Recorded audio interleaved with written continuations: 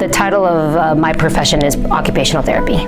The reason why I got into occupational therapy is I like helping other people, and I want to find different ways to help other people. So in occupational therapy, because I specifically work with kids, I work a lot on their fine motor skills or gross motor skills, but I want to be able to expand my range of treatment and how I work with patients, whether they're children or adults.